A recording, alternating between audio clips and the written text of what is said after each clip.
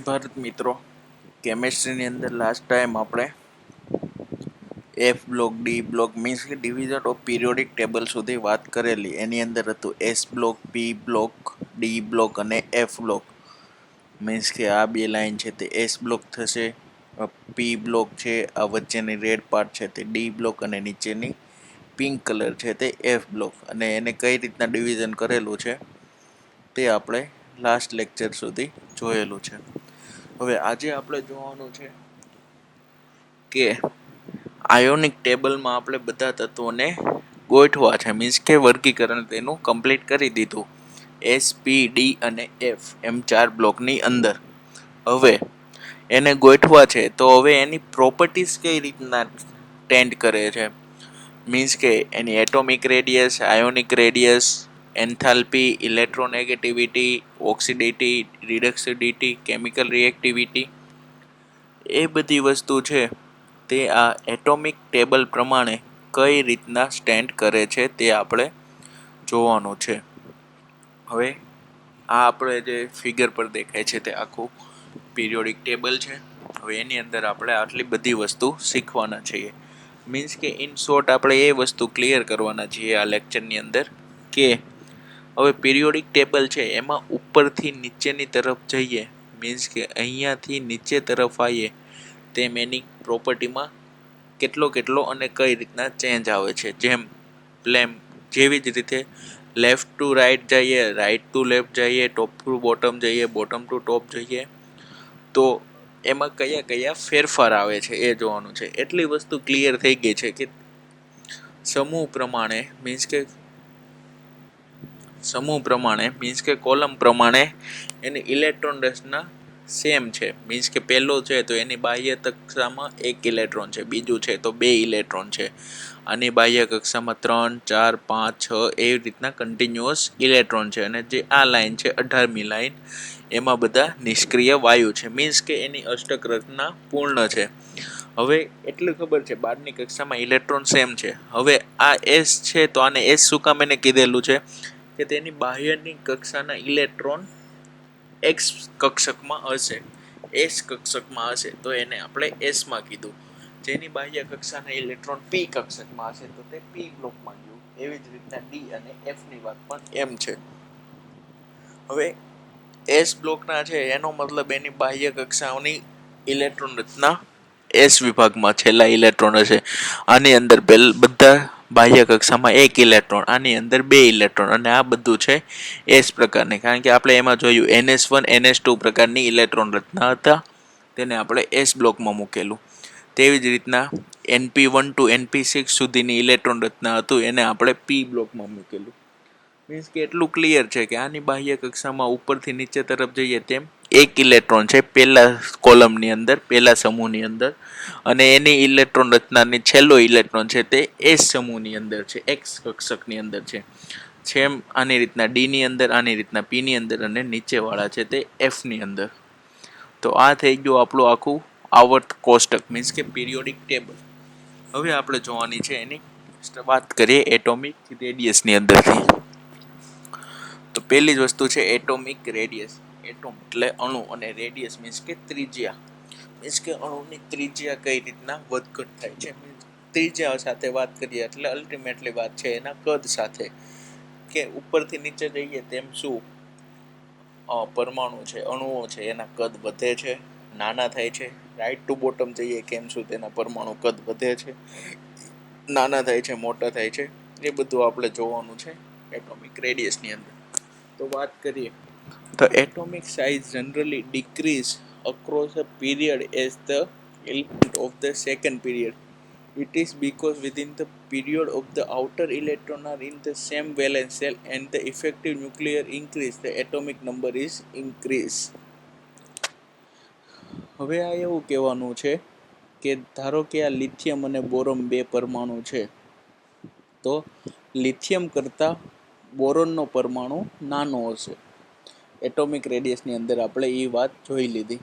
હવે શું કામ એને નાનો હશે તે જોઈએ. લિથિયમની 12ની કક્ષામાં કેટલા ઇલેક્ટ્રોન હશે? 1, કારણ કે પહેલા સમૂહની અંદર છે. સેમ બોરોનની 12ની કક્ષામાં 2 ઇલેક્ટ્રોન હશે.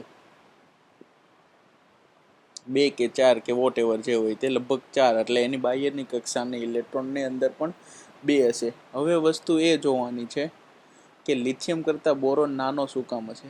કારણ કે જો લિથિયમની બહારની કક્ષામાં NS1 પ્રકારની ઇલેક્ટ્રોન રચના છે, પહેલામાં NS2 જેવી થશે.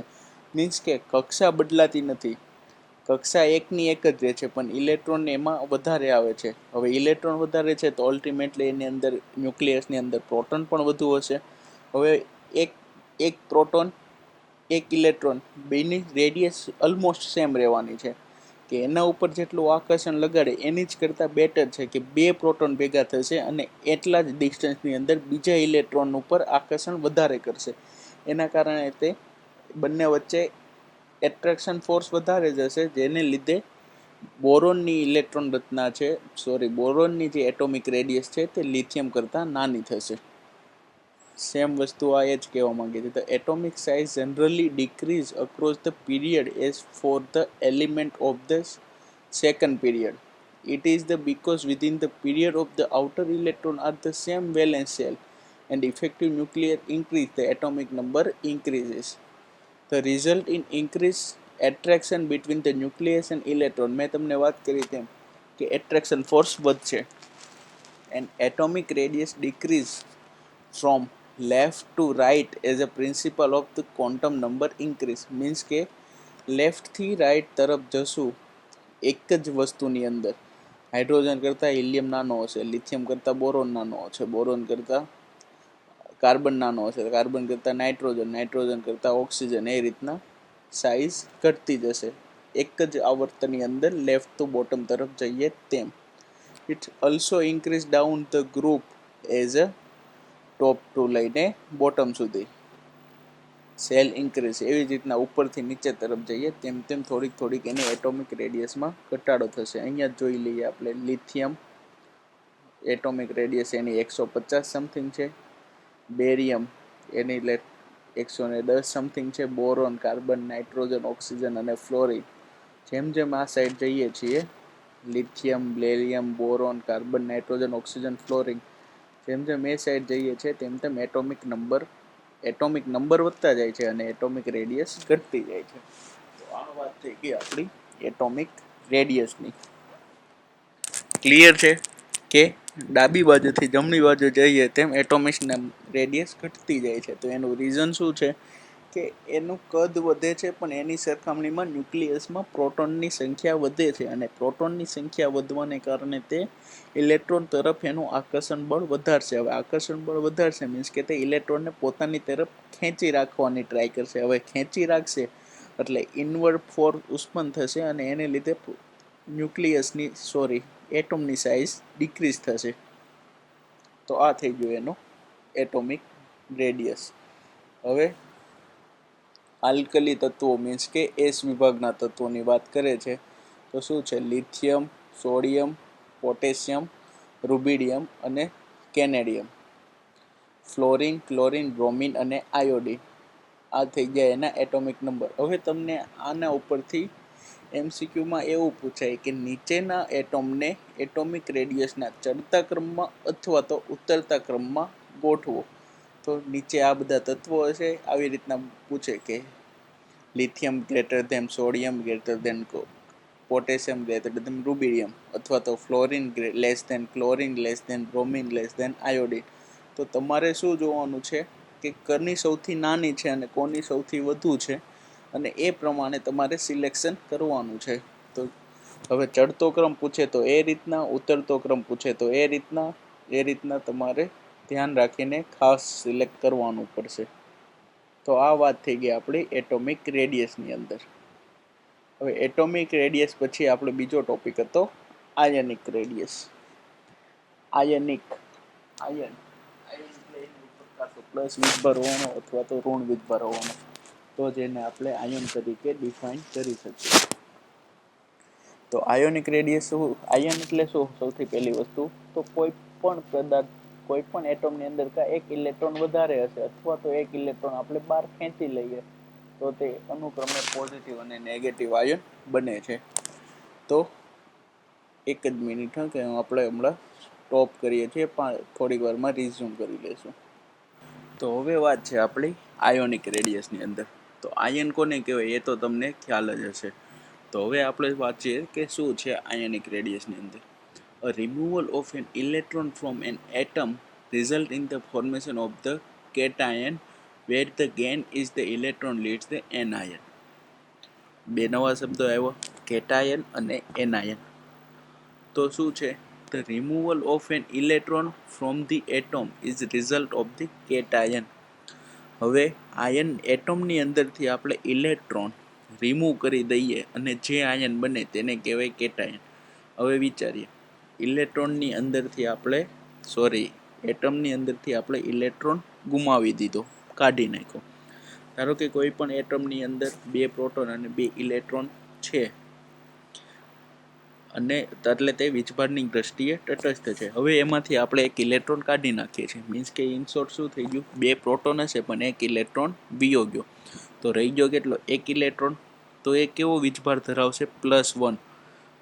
સેમ વસ્તુ અહીંયા શું છે? Removal of the electron from the atom. તે એટમમાંથી એક ઇલેક્ટ્રોન કાઢી નાખીએ. તો એટમમાંથી એક ઇલેક્ટ્રોન કાઢી નાખીએ એટલે કે કેવો પોઝિટિવ ચાર્જવાળો વીજભાર બનશે? હા, તો બનશે પોઝિટિવ ચાર્જવાળો. તો એ પોઝિટિવ ચાર્જવાળા વીજભારને આપણે શું કહીશું? કેટાયન. કેટાયન મીન્સ કે હવે ધન આયન છે એને કેમિસ્ટ્રીની ભાષામાં આપણે કરી દઈશું કેટાયન. અને સેમ એને અપોઝિટ કે ઇલેક્ટ્રોન એક અંદર નાખીએ તો ઋણ આયન બનશે. અને ઋણ આયન એટલે નેગેટિવ ચાર્જ. નેગેટિવ ચાર્જવાળાને આપણે કહીશું એનાયન. કમ્પ્લીટ છે. MCQમાં પૂછાય કે કેટાયન એટલે શું અને એનાયન એટલે શું, તો આવડવું જોઈએ. કેટાયન એટલે ધન વીજભાર અને એનાયન એટલે ઋણ વીજભાર, પોઝિટિવ અને negative. A cation is the always smaller than its the parent atom, while anion is the always greater than to its parent atom. હવે પેરેન્ટ એટમ એટલે જે આપણે પરમાણુમાંથી પ્લસ વીજભાર બનાવીએ છીએ અથવા તો માઇનસ વીજભાર બનાવીએ છીએ. તો જે પરમાણુમાંથી બનાવીએ છીએ તે પરમાણુને એનો પેરેન્ટ એટમ કહેવાય. મીન્સ કે હવે આપણે સોડિયમ લઈ લઈએ. સોડિયમ એટલે Na. એનો પરમાણુ ક્રમાંક આવશે 11. તો આપણે Na11 છે મીન્સ કે એમાં અંદર ઓલરેડી 11 પ્રોટોન અને 11 ઇલેક્ટ્રોન હોવાના છે. બરોબર છે? 11 પ્રોટોન અને 11 ઇલેક્ટ્રોન એટલે વીજભારની દ્રષ્ટિએ તટસ્થ છે. હવે આપણે એને કેટાયન બનાવશું, મીન્સ કે ધન વીજભાર બનાવશું. તો એની અંદર શું રહેવા દેશું? 11 પ્રોટોન તો રહેવા જ દેશું પણ એક ઇલેક્ટ્રોન દૂર કરી દેશું. મીન્સ કે 11 પ્રોટોન અને 10 ઇલેક્ટ્રોન Na+ તરીકે આવશે. અને જો હવે સેમ આપણે એને ઋણાયન બનાવશું તો એની અંદર એક ઇલેક્ટ્રોન એડ કરી દઈશું. તો 11 ઇલેક્ટ્રોન તો છે પ્લસ વધારાનો એક ઇલેક્ટ્રોન એડ કરશું. મીન્સ કે એની અંદર થશે 12 ઇલેક્ટ્રોન. તો તે શું બનશે? Na-. મીન્સ કે એકમાં. તો હવે આપણી પાસે 3 વસ્તુ થઈ ગઈ. Na અને Na-. Sodium neutral, sodium positive cation, sodium negative anion. અહીંયા સુધી ક્લિયર છે? તો આ સ્ટેટમેન્ટ શું કહે છે? તો અત્યારે જે આપણો સોડિયમ છે, સોડિયમ ન્યુટ્રલ એ થઈ ગયું આપણું પેરેન્ટ એટમ. સોડિયમ પોઝિટિવ છે થઈ ગયું કેટાયન અને સોડિયમ નેગેટિવ તે થઈ ગયું એનાયન. તો અહીંયા શું છે કે cation is always smaller than its parent atom. Means cation એટલે પ્લસ વીજભાર. તો Na+ છે એ સોડિયમ કરતાં નાનો હશે. Na ન્યુટ્રલ કરતાં Na+ની સાઇઝ નાની હશે. સેમ એવી જ રીતના Na- સાઇઝ છે તે સોડિયમ કરતાં વધારે હશે. એટલે હું આને જો ધ્યાન આપો સિક્વન્સમાં લખી શકું કે Na+ greater than Na greater than Na-. આ થઈ ગયા એના ચડતા ક્રમમાં આયોનિક રેડિયસ. હવે સેમ ઉતરતા ક્રમમાં પૂછવું હોત તો Na- less than Na less than Na+. સમજાઈ ગયું શું કે છે તે? કેટાયન છે તે પેરેન્ટ એટમ કરતાં નાનો હોવાનો છે અને એનાયન છે તે પેરેન્ટ એટમ કરતાં વધારે હોવાનો છે. કોના કારણે? ઇલેક્ટ્રોન વચ્ચે રિપલ્શન થાય. એ બેઝિક વસ્તુ છે. કારણ કે માઇનસ વધારે નાખશું તો તે બે ઇલેક્ટ્રોન વચ્ચે રિપલ્શન થઈને વધુ થશે. કારણ કે પ્રોટોનની સંખ્યા તો અંદર સેમ જ રહેવાની છે. આપણે ઇલેક્ટ્રોન કાઢીએ તો કેટાયન બને છે, ઇલેક્ટ્રોન ઉમેરીએ તો એનાયન બને છે. પ્રોટોન હારે કોઈ પણ લેવા દેવા આપણે કર્યું નથી. મીન્સ કે ઇલેક્ટ્રોન વધારે હશે તો ઇલેક્ટ્રોન વચ્ચે અપાકર્ષણ બળ વધશે. અપાકર્ષણ બળ એટલે એકબીજાથી આગળ જવાની ટ્રાય કરશે, એટલે દૂર જશે. એના પરિણામે એની રેડિયસમાં વધારો થશે. તો ખબર પડી ગઈ આયોનિક રેડિયસનું અત્યારે સુધી. પછી જોઈએ isoelectronic species are those species which have two or more species with the same number of the atom, same number of the valence electron and same structure regardless of the nature of the element involved. The cation with the greater positive charge will have a smaller radius because the greater attraction of the electron of the nucleus. Anion with the greater negative charge with the larger radius in case of the repulsion. હવે આમાં વસ્તુ આવી બીજી વસ્તુ. હવે તમને એમ થાય કે આપણે એક પોઝિટિવ ચાર્જ બનાવ્યો છે, હવે બબ્બે કરીએ, મીન્સ કે Na2+ Na2- એમ પણ કરીએ તો આનું સિક્વન્સ કેમ થશે? Na2+ greater than Na+, greater than Na, greater than Na-, greater than Na2-. Means કે જેટલો એનાયન વધારે કરશું એટલું એનું રેડિયસ વધવાની છે, અને જેટલું કેટાયનમાં વધારે જશું એટલી એની રેડિયસ નાની થવાની છે. સમજ પડી ગઈ કઈ રીતના છે તે? બાજુમાં થોડાક એક્ઝામ્પલના ફિગર આપેલા છે. નાઇટ્રોજન છે ન્યુટ્રલ અને નાઇટ્રોજન છે માઇનસ. તો ન્યુટ્રલની કેવી છે 17, ઓલાની છે 1.71. સેમ ઓક્સિજન, સેમ ક્લોરિન, બધી વસ્તુના આયોનિક રેડિયસની વાત કરેલી છે. તો અત્યાર સુધી આપણે બે વસ્તુ જોયા. એટોમિક રેડિયસ કેમ હતી કે લેફ્ટ ટુ રાઈટ તરફ જઈએ તેમ એટોમિક રેડિયસમાં ઘટાડો થાય છે. આયોનિક રેડિયસ માટે શું ધ્યાન કરવાનું છે કે કેટાયનની નાની હોય છે પેરેન્ટ્સ એટમ કરતાં રેડિયસ, અને એનાયનની પેરેન્ટ્સ રેડિયસ કરતાં વધારે હોય છે.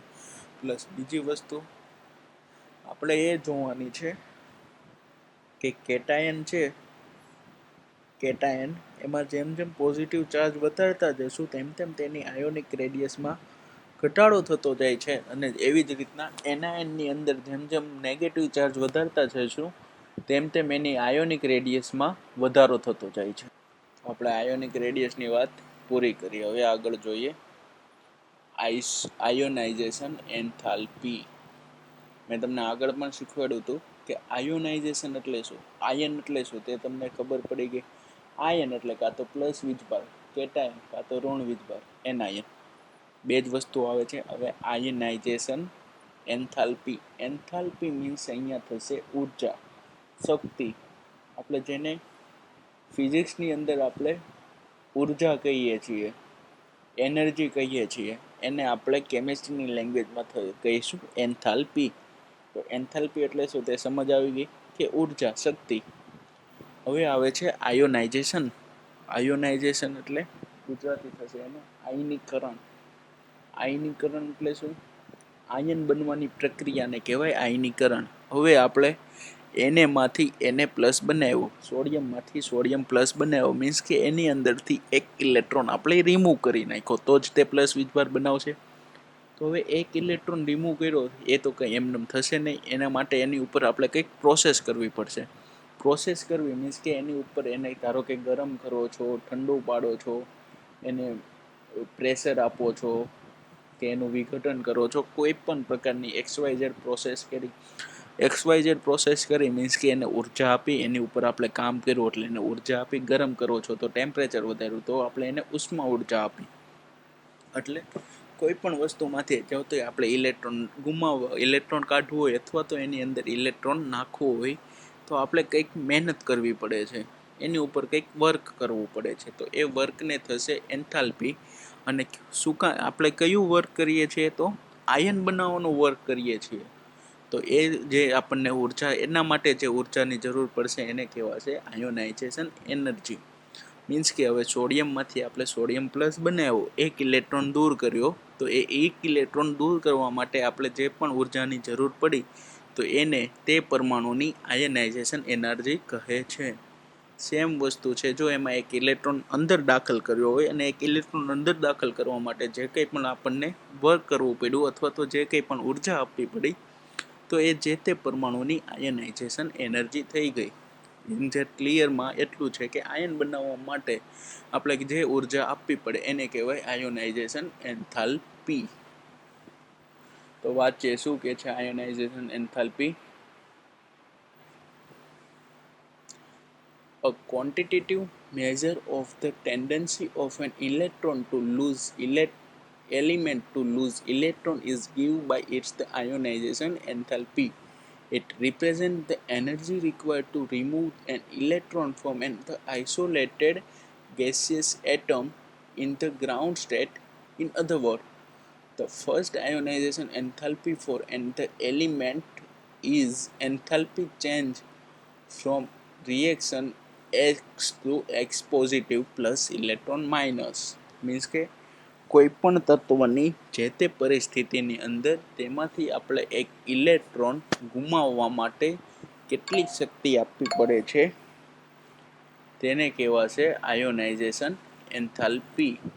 હવે એક્સ અહીંયા શું બતાવે છે તો એક્સ એને બતાવે છે કે કોઈ પણ તત્વનો પરમાણુ છે તે. The ionization enthalpy is expressed હવે વસ્તુ છે આયોનાઇઝ એન્થાલ્પી. એન્થાલ્પી હંમેશા આપણે ઉર્જા છે ફિઝિક્સની અંદર ઉર્જા માપતા હોય તો તે કેમાં હોય જૂલ અથવા તો કિલો જૂલમાં હોય. ક્લિયર છે. હવે આયોનાઇઝેશન એન્થાલ્પીનો યુનિટ પણ શું છે કિલો જૂલ પર મોલ. મોલ એટલે શું થશે કે તત્વનો આપણે કોઈ પણ દ્રવ્યનો જથ્થો છે તે શેમાં માપીએ છીએ મોલમાં માપીએ છીએ અને પરમાણુ બધી નાની કક્ષાએ આપણે શેમાં માપીએ છીએ મોલ. તો આયોનાઇઝેશન એન્થાલ્પીનો યુનિટ થશે કિલો જૂલ પર મોલ. એ છે આપણું ionisation enthalpy. We can define the second ionization enthalpy as the increase the required to the remove the second most loosely electron. Means કે હવે આપણે એની અંદરથી એક ઇલેક્ટ્રોન દૂર કરવી છે તો એને કહેવાય ફર્સ્ટ આયોનાઇઝેશન એન્થાલ્પી. હવે એ ફર્સ્ટ એને પ્લસ બન્યું અને એમાંથી ફરીથી આપણે એક ઇલેક્ટ્રોન દૂર કરાવીએ મીન્સ કે એને +2 બનાવીએ છીએ તો એ બીજા ઇલેક્ટ્રોન માટે જે જરૂર પડે એને કહેવાય બીજી આયોનાઇઝેશન એન્થાલ્પી. તો ફર્સ્ટ આયોનાઇઝેશન એન્થાલ્પી અને સેકન્ડ આયોનાઇઝેશન એન્થાલ્પી વિશે ખબર પડી ગઈ. તો આ વસ્તુ થઈ ગઈ આપણી આયોનાઇઝેશન એન્થાલ્પી. હવે energy is the always required to remove electron from an atom, hence the ionization enthalpy are the always positive. હવે ionize the enthalpy are always positive means કે આયોનાઇઝેશન એન્થાલ્પી એટલે શું છે કે આપણે એની અંદરથી એક ઇલેક્ટ્રોન ગુમાવવો છે. તો પદાર્થની અંદરથી એક ઇલેક્ટ્રોન આપણે ગુમાવવો છે, બહાર ખેંચી લેવો છે અને પછી જે આપણે ઉર્જા આપીએ છીએ તેને કહેવાય આયોનાઇઝેશન એન્થાલ્પી. હવે અહીંયા છે પોઝિટિવ એન્થાલ્પી અને નેગેટિવ એન્થાલ્પી. પોઝિટિવ એન્થાલ્પી એટલે શું કે કોઈ તત્વમાંથી આપણે ઇલેક્ટ્રોન દૂર કરવો છે મીન્સ કે ખેંચી લેવો છે તો આપણે એને બહારથી એનર્જી આપીએ છીએ એટલે મીન્સ કે આપણે એનર્જી છૂટી પાડી દઈએ છીએ, એની પાસેથી ઇલેક્ટ્રોન લઈ લઈએ છીએ તો એ સમય દરમિયાન કંઈક ઉર્જા ઉત્પન્ન થશે તો એ થઈ છે પોઝિટિવ. અને જો આપણે એની અંદર ઇલેક્ટ્રોન નાખવો છે તો આપણે ઇલેક્ટ્રોનની સાથે સાથે એને કંઈ ઉર્જા આપવી પડશે તો તે અંદર જશે ને. તો એ આપણે ઉર્જા આપવી પડે છે તો તે થશે નેગેટિવ અને ઉર્જા ઉત્પન્ન થાય છે તો તેને કહેશું આપણે પોઝિટિવ. બીજું છે the second ionization enthalpy is be the higher than the first ionization enthalpy because of the more difficult to remove electron from the positively charged of the neutral atom. Clear છે કે પહેલી ionisation enthalpy કરતાં બીજી ionisation enthalpy કેવી હશે વધારે. કારણ કે પહેલી આયોનાઇઝેશન એન્થાલ્પી છે મીન્સ કે સોડિયમ 11 છે 11 પરમાણુ તો આપણે એમાં 10 ઇલેક્ટ્રોન કરવા છે તો 11 પ્રોટોનની સામેથી 1 ઇલેક્ટ્રોન કાઢવો, ટોટલ 10 ઇલેક્ટ્રોન કરવાના છે ને આપણે એની અંદર. તો 11 પ્રોટોન છે અને 11 ઇલેક્ટ્રોન છે ગ્રાઉન્ડ સ્ટેટ પર. હવે એમાંથી આપણે 1 ઇલેક્ટ્રોન દૂર કરવો છે મીન્સ કે 11ની સામેથી 11ને લડવાનું છે. હવે બીજું છે બીજી એન્થાલ્પી તો ઓલરેડી એને પ્લસ જ છે તો 11 પ્રોટોનની સાથે 10 જ ઇલેક્ટ્રોન છે અને એની અંદરથી આપણે 1 ઇલેક્ટ્રોન કાઢવાનો છે તો 11 પ્રોટોનની સામે 10 ઇલેક્ટ્રોન એટલે પ્રોટોન એમાં જીતી જશે તો આપણે એમાં વધારે ફોર્સની જરૂર પડશે તો બીજી છે તે ડેફિનેટલી વધારે જ આવવાની છે. In the same way of the third ionization enthalpy is the greater than the second ionization enthalpy. હવે એવી રીતના સિક્વન્સ ચાલા કરશે, પહેલાં કરતાં બીજાની વધારે હશે, બીજા કરતાં ત્રીજાની વધારે હશે, ત્રીજા કરતાં ચોથાની વધારે હશે, એ સિક્વન્સ આપણે ચાલા કરશે. તો આ થઈ ગઈ આયોનાઇઝેશન એન્થાલ્પી. હવે વસ્તુ છે શિલ્ડિંગ ઇફેક્ટ. તો શિલ્ડિંગ ઇફેક્ટ શું છે તે એક જોઈ લઈએ. તો શિલ્ડિંગ ઇફેક્ટ માટે આપણે જોવાનું છે, એની પહેલાં આપણે જોઈએ આયોનાઇઝ એન્થાલ્પી આપણું પતી ગયું, આયોનિક એન્થાલ્પી આયોનિક રેડિયસ અને એટોમિક રેડિયસ. અહીંયા સુધી આપણે 3 વસ્તુ કમ્પ્લીટ છે. હવે ઇલેક્ટ્રોન ગેઇન એન્થાલ્પી જોતા પહેલાં આપણે એક શિલ્ડિંગ ઇફેક્ટ જોવાની છે, તે સ્ટાર્ટ કરીએ. હવે શિલ્ડિંગ ઇફેક્ટ અથવા સ્ક્રીનિંગ ઇફેક્ટ અથવા તો શિલ્ડિંગ ઇફેક્ટ બધા વર્ડ સેમ છે. શું છે તે આપણે જોઈએ. હું થોડોક કામમાં છું એટલે મારે વારે ઘડીએ પોઝ કરવું પડે છે, પણ કંઈ વાંધો નહીં, આપણે તો જ ચલાવીએ. In a multi electron atom. Multi electron atom means કે જેની અંદર એક કરતાં બે કરતાં વધારે ઇલેક્ટ્રોન છે તેવા. The electron are the presence in the outermost shell and they do not experience the full positive charge, hence they are the shielding or the screening away from the nucleus. Means કે જે મોટા મોટા પરમાણુ છે એની સૌથી બહારની કક્ષાના જે ઇલેક્ટ્રોન છે એના ઉપર કેન્દ્રમાં રહેલા પ્રોટોનનું એટલું બધું અસર ન હોય. સેમ વસ્તુ સૂર્યની ઇફેક્ટ બહારનો ગ્રહ જે પ્લુટો કે નેપચ્યુન કે એની ઉપર છે એટલું વધારે ન હોય જેટલું કે આપણે પૃથ્વી અથવા તો બુધ ઉપર હોય તે. અને એના લીધે તે શું કરે, એક સ્ક્રીનિંગ જેવું ઉત્પન્ન કરે. એક્ઝામ્પલ જોઈએ. In the same subshell of the p electron will get the shielding away from the s electrons. P electron is the away from the inflow of the nucleus and hence it does not experience the complete positive charge. Means કે S વિભાગના તત્વો છે, એસની કક્ષા છે, તે શું કરશે, ઇલેક્ટ્રોનની નજીક, પ્રોટોનની નજીક હશે, ન્યુક્લિયસની નજીક હશે, જેમ કે આપણો બુધ અને શુક્ર. જ્યારે પી વિભાગના તત્વો એટલે કે દૂરના નેપચ્યુન અને પ્લુટો જેવા ગ્રહો છે તે સૂર્યથી અલગ છે, દૂર છે. તો સૂર્યના પોઝિટિવ ચાર્જની અસર જેટલી બુધ અને શુક્ર ઉપર હશે એનાથી બહુ ઓછી અસર એની નેપચ્યુન અને પ્લુટો ઉપર હશે. હવે ionization radiation corrected in the 2 way. હવે શું થશે, the attraction of the electron toward the nucleus and the repulsion of the from each other. હવે બે વસ્તુ આમાં પરિબળમાં આવી, પ્રોટોન અને ઇલેક્ટ્રોનની વચ્ચેનું આકર્ષણ બળ અને ઇલેક્ટ્રોન અને ઇલેક્ટ્રોન વચ્ચેનું અપાકર્ષણ બળ. તો હવે શું થશે, નજીકના એટમ છે, નાના એટમ છે, ત્યાં પ્રોટોનનું વીજભાર વધારે હશે, તેથી પેલા ઇલેક્ટ્રોનનું રિપલ્સિવ ફોર્સ દબાઈને રહેશે. પણ દૂરના એટમ છે, દૂરના ઇલેક્ટ્રોન છે, જ્યાં પ્રોટોનનું બળ ઓછું પહોંચે છે, તો ત્યાં ઇલેક્ટ્રોનનું બળ પ્રોટોન ઉપર હાવી થઈ જશે. એટલે એનો મતલબ એવો છે કે નાના એટમ માટે, નાની કક્ષા માટે, નજીકની કક્ષા માટે પ્રોટોન અને ઇલેક્ટ્રોન વચ્ચેનું આકર્ષણ બળ વધારે છે કમ્પેરિઝન ટુ ઇલેક્ટ્રોન વચ્ચેનું રિપલ્સિવ ફોર્સ.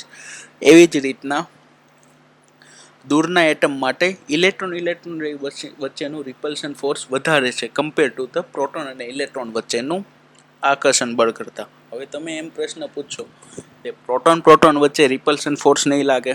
હા, લાગશે. પ્રોટોન વચ્ચે રિપલ્શન ફોર્સ લાગશે. પણ પહેલી વસ્તુ, પ્રોટોન કઈ જગ્યાએ આવેલા છે? ન્યુક્લિયસની અંદર. અને ન્યુક્લિયસની અંદરની પ્રોટોનની સાથે બીજા કયા તત્વો છે? ન્યુટ્રોન. તો ન્યુટ્રોન છે એ શું કામ કરે છે કે પ્રોટોનને જકડી રાખવાનું કામ કરે છે. એટલે પ્રોટોનનું રિપલ્સિવ ફોર્સ છે તેને કમ્પેરિઝનમાં ન્યુટ્રોન પ્રોટોનને એકબીજા સાથે જકડી રાખે છે, એટલે એ ફોર્સ એટલું મહત્વનું નથી. જ્યારે ઇલેક્ટ્રોન વચ્ચે રિપલ્સિવ ફોર્સ છે, ઇલેક્ટ્રોન છે તે ન્યુક્લિયસની બહાર છે, એટલે ત્યાં કોઈ ન્યુટ્રોનનું વીજભાર લાગવાનો નથી, મીન્સ કે ન્યુટ્રોનનો ફોર્સ લાગવાનો નથી. તો અત્યારે બે વસ્તુ થઈ ગઈ કે એક એટ્રેક્શન ફોર્સ આવશે અને બીજું રિપલ્સિવ ફોર્સ આવશે. The effective nuclear charge experienced the valence electron in the atom will be less than the charge of the shielding or screening of the valence from by the inverting core of the electron. Means કે મેં તમને વાત કરી તેમ કે જે દૂરના electron છે એના ઇલેક્ટ્રોન ઉપર પ્રોટોનનું બહુ ફોર્સ લાગશે નહીં, અને તેને ઉપરથી આપણે ઇલેક્ટ્રોન એમાંથી રિમૂવ કરવો હશે તો ઇઝીલી રિમૂવ થઈ જશે. એના માટે અહીંયા એક શું કહેવાય રીઝન છે. It is the easier to the remove 2p electron of the boron than the 2s electron of the beryllium. એટલે બેરિલિયમમાંથી ઇલેક્ટ્રોન દૂર કરવો એના કરતાં શેમાંથી બોરોનમાંથી ઇલેક્ટ્રોન દૂર કરવો ઇઝી છે. શા માટે? તો આ એનું રીઝન છે. રીઝન પાછળ કઈ ઇફેક્ટ જવાબદાર છે? સ્ક્રીનિંગ ઇફેક્ટ અથવા તો શિલ્ડિંગ ઇફેક્ટ. એકવાર રીઝન વાંચી જાઓ, ઇઝીલી તમને સમજાઈ જાય એવું છે. The first ionization enthalpy of the boron is slightly less than the beryllium. Through the former has the greater nuclear charge. When we consider the same principle of the quantum level, the s electron is attracted to the nucleus more than the p electron. ખબર છે કે x કક્ષા છે તે electron વાળા ન્યુક્લિયસની વધારે નજીક છે p કરતાં.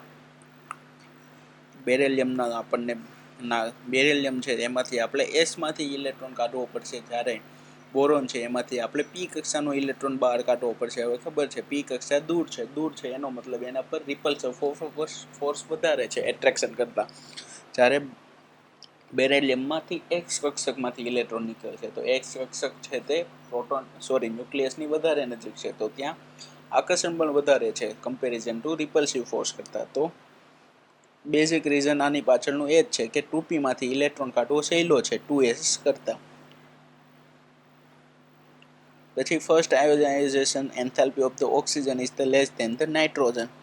તો આની વસ્તુ પણ એ જ છે કે આયોનાઇઝેશન એન્થાલ્પી એટલે ઇલેક્ટ્રોન દૂર કરવાનું છે, તો ઓક્સિજનની ઓછી છે જ્યારે નાઇટ્રોજનની ઓછી છે નાઇટ્રોજન કરતાં. તો સેમ વસ્તુ છે કે ઓક્સિજનનું એસ વિભાગમાંથી ઇલેક્ટ્રોન કાઢવો પડે છે એસ કક્ષકમાંથી, જ્યારે પહેલામાંથી પીમાંથી કાઢવો પડે છે. આ તમને રીઝન પૂછે તો આની પાછળનું જવાબદાર રીઝન શું છે? શિલ્ડિંગ ઇફેક્ટ અથવા તો સ્ક્રીનિંગ ઇફેક્ટ. આયોનાઇઝેશન એન્થાલ્પી એટલે શું હતું? ઇલેક્ટ્રોન દૂર કરવાનું. તો હવે ઇલેક્ટ્રોન અંદર નાખવું હોય તો એ થઈ જશે આપણું ઇલેક્ટ્રોન ગેઇન એન્થાલ્પી. તો ઇલેક્ટ્રોન ગેઇન એન્થાલ્પી માટે શું છે કે કોઈ પણ તત્વની અંદર ઇલેક્ટ્રોન ઉમેરવા, કોઈ પણ એટમની અંદર ઇલેક્ટ્રોન ઉમેરવા, તો એ થઈ જશે આપણી ઇલેક્ટ્રોન ગેઇન એન્થાલ્પી. હવે ઇલેક્ટ્રોન ગેઇન એન્થાલ્પી શું છે જોઈ લઈએ આપણે. When the electron is added to the neutral atom and is converted to the anion, negative ion, તો એના માટે જે આપણે એન્થાલ્પી આપવી પડે છે તે છે જો ઇલેક્ટ્રોન ગેઇન એન્થાલ્પી. હવે આયોનાઇઝેશન એન્થાલ્પી પોઝિટિવ હતી તો ઇલેક્ટ્રોન ગેઇન એન્થાલ્પી નેગેટિવ હશે. હવે એક્સોધર્મિક અને એન્ડોથર્મિક મીન્સ કે ઉષ્મા ગમન ને ઉષ્મા નયન પ્રક્રિયા આવતી ફિઝિક્સની અંદર. ઉષ્મા શેપક અને ઉષ્મા શોપક અને ઉષ્મા શોપક. તો એકમાં ઉષ્મા આપવી પડતી અને બીજામાંથી આપણને ઉષ્મા મળતી. તો સેમ વસ્તુ આ છે એન્ડોથર્મિક અને એક્સોથર્મિક મીન્સ કે પોઝિટિવ ચાર્જ, પોઝિટિવ એનર્જી અને negative energy. Electron gain enthalpy એટલે ઇલેક્ટ્રોન ઉમેરવો, આયોનાઇઝેશન એન્થાલ્પી એટલે ઇલેક્ટ્રોન બહાર કાઢવો. તો આમાં શું છે? Added to the atom of the electron enthalpy is the negative. For the example, group number 17, the halogen have a very high negative electron gain enthalpy because they attain the stable noble gas electron configuration by the picking up and the electron. On the other hand, noble gas have the large positive electron gain enthalpy because the electron has the enter the next higher principle of the quantum level, leading to very unstable electronic configuration.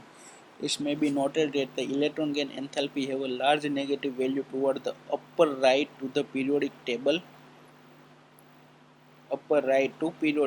means હવે LS halogen તત્વો means કે 17મો સમૂહ fluorine chlorine bromine iodine એ વાળા તત્વો છે. તો એની બહારની કક્ષામાં 17 ઇલેક્ટ્રોન છે, 7 ઇલેક્ટ્રોન છે. તો હવે આમાં એની અંદર આપણે એક ઇલેક્ટ્રોન નાખવું હોય તો એક ઇલેક્ટ્રોનને ઝડપથી ગેઇન કરી લેશે. શું કામ? કે એને અષ્ટક રચના પૂરી થઈ જશે. તો અષ્ટક રચના પૂરી કરશે એટલે એક ઇલેક્ટ્રોન તે ઝડપથી ગેઇન કરી લે છે.